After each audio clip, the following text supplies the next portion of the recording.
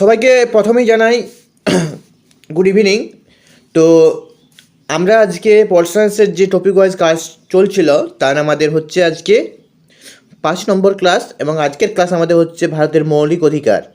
আমাদের ভারতের মৌলিক অধিকার বিষয়ে জানবো এবং শেষে আমরা কিছু এমসিকিউ সলভ করব। তারপর আমার ক্লাসটি পুরো কমপ্লিট দেখব। তো তোমাদেরকে বলছি একবার ভিডিওটা পুরো দেখো, যদি ভিডিওর ক্লাস ভালো না লাগে আর ভিডিও দেখতে বলবো না, আগে একবার দেখো, ঠিক আছে? কি বলেছে ভারতের মৌলিক অধিকার জিনিসটা কি? প্রকৃত গণতান্ত্রিক শাসন ব্যবস্থার অন্যতম প্রধান লক্ষ্য সব রকম অর্থনৈতিক ও সামাজিক ও রাজনৈতিক বৈষম্যের অবসান ঘটানো।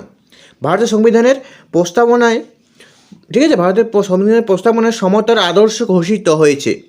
প্রস্তাবনার সমমর্যাদা ও সমান সুযোগের স্বীকৃতি, মানে সবাইকে সমান মর্যাদা এবং সবাইকে সমান সুযোগ দেওয়া হোক, এই স্বীকৃতিটা পাইছে।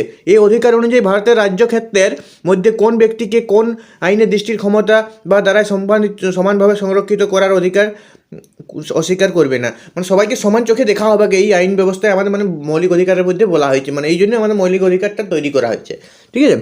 নাগরিক ও রাজনৈতিক অধিকার ভেঙে গেলে সর্বজনের সুযোগ থাকবে, ঠিক আছে? নাগরিক ও রাজনৈতিক অধিকার ভোগের সর্বজনের সুযোগ সমান থাকবে। মানে নাগরিকত্ব, মানে ভারতের আমি যদি নাগরিকত্বকে উপভোগ করতে এবং সুযোগ, এই যে আমরা রেশনে চাল পাচ্ছি, গম পাচ্ছি, এই সমস্ত সুযোগ সবাই পাবে, এরকম একটা রুল বা কথার বলা হয়েছে। ভারতের সংবিধানের 3য় ভাগে 12 থেকে 35 নম্বর অধ্যায়, এটা এই কোয়েশ্চেন, এগুলো খুব খুব ইম্পর্টেন্ট পয়েন্ট, ঠিক আছে? 12 থেকে 35 অধ্যায় কী বলেছে? লিপিবদ্ধ রয়েছে ভারতের মৌলিক অধিকার, ঠিক আছে? সংবিধানের 3য় অধ্যায়ে এই যে নাগরিকত্বের সুযোগ, ঠিক আছে, নাগরিক ও রাজনৈতিক অধিকার ভোগ, এটা রয়েছে আমাদের 12 থেকে 35। পরবর্তী দেখুন, ভারতের মৌলিক অধিকার মোট 6টি। ভারতের মৌলিক অধিকার মোট কটি? 6টি, ঠিক আছে? 1978 সালে 44তম সংবিধান সংশোধনের মাধ্যমে সম্পত্তির অধিকারটা সংবিধানের মৌলিক অধিকারের অংশ থেকে বাদ দেওয়া হয়েছে। সম্পত্তির অধিকারটা কোথা থেকে বাদ দেওয়া হয়েছে? সংবিধানের মৌলিক অধিকার থেকে বাদ দেওয়া হয়েছে। তাহলে আমাদের মৌলিক অধিকার কি কি আছে? আমরা মৌলিক অধিকারগুলো একবার দেখি। মৌলিক অধিকার সমূহ, মৌলিক অধিকার এর কথা বলতে গেলে দেখো, একটা কী আছে? সমতাধিকার অধিকার, যেটা 14 থেকে 18 অনুচ্ছেদে আছে। স্বাধীনতার অধিকার রয়েছে আমাদের 19 থেকে 22। সংশোধন হইতে ত্রাণের অধিকার, যেটা আমাদের 23 থেকে 24 রয়েছে। কী আছে? ধর্ম স্বাধীনতার অধিকার রয়েছে আমাদের 25 থেকে 28 মধ্যে।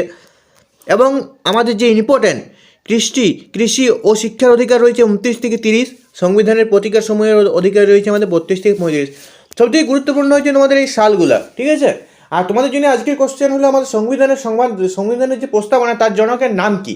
অবশ্যই কমেন্ট করে উত্তরটা জানাও। তো ভারতের সংবিধান প্রদান কে করেছিল?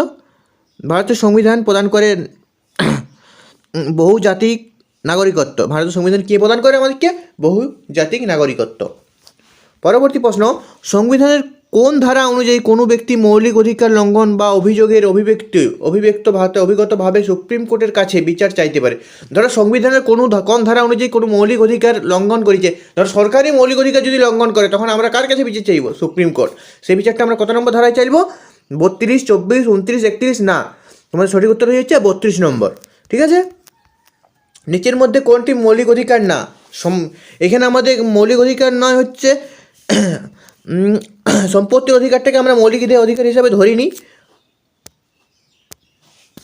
পরবর্তী প্রশ্ন, ভারতের মূল সংবিধানের কত ধরনের মৌলিক অধিকার যুক্ত ছিল?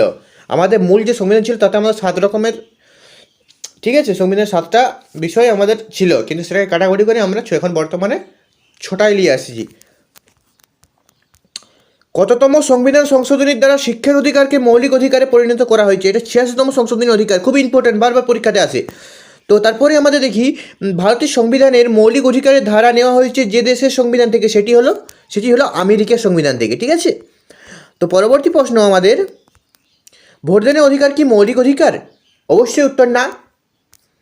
সংবিধান কততম ধারা অনুযায়ী মৌলিক অধিকার রক্ষার্থে লেখা জারি করা হয়? মৌলিক অধিকারকে আমাদেরকে রক্ষা করতে হতো, সেগুলো আমার নষ্ট হতে দেওয়া চলে যায়নি।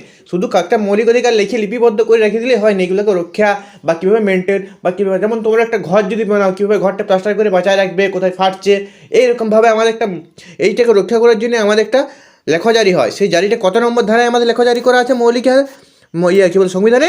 সেটা আমাদের হচ্ছে 226 নম্বর ধারা। খুব ইম্পর্টেন্ট এই ধারাটি খুবই গুরুত্বপূর্ণ। তোমরা যদি পরীক্ষায় না আসে ডাব্লিউবিপিএসসিতে তো তখন বলবে তোমরা। তো পরবর্তী প্রশ্ন, ভারতীয় সংবিধানে কয়টি মৌলিক অধিকারের কথা বলা হয়েছে? 6টি অবশ্যই, কিন্তু আমাদের লেখার সময় 7টা ছিল, বর্তমানে আমাদের যেটা আছে সেটা হচ্ছে 6টা। 42তম সংশোধনীর মাধ্যমে মৌলিক কর্তব্যগুলি কোথায় অন্তর্ভুক্ত করা হয়েছে? আমাদের এটা অন্তর্ভুক্ত করা হয়েছে 51A নম্বর ধারায়। পরবর্তী প্রশ্ন, ভারতের সংবিধানের কততম অধ্যায়ে মৌলিক অধিকার সম্পর্কিত হয়েছে? এটা আমাদের হচ্ছে 3য় অধ্যায়।